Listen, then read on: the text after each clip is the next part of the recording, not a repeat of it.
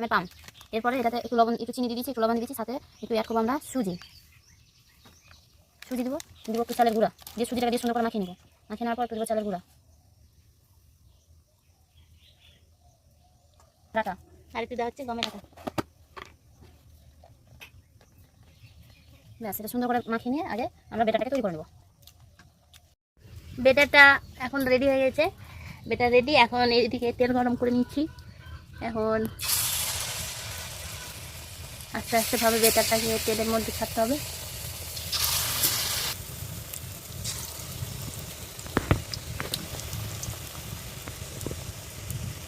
সুন্দরভাবে হয়ে গেল। এখন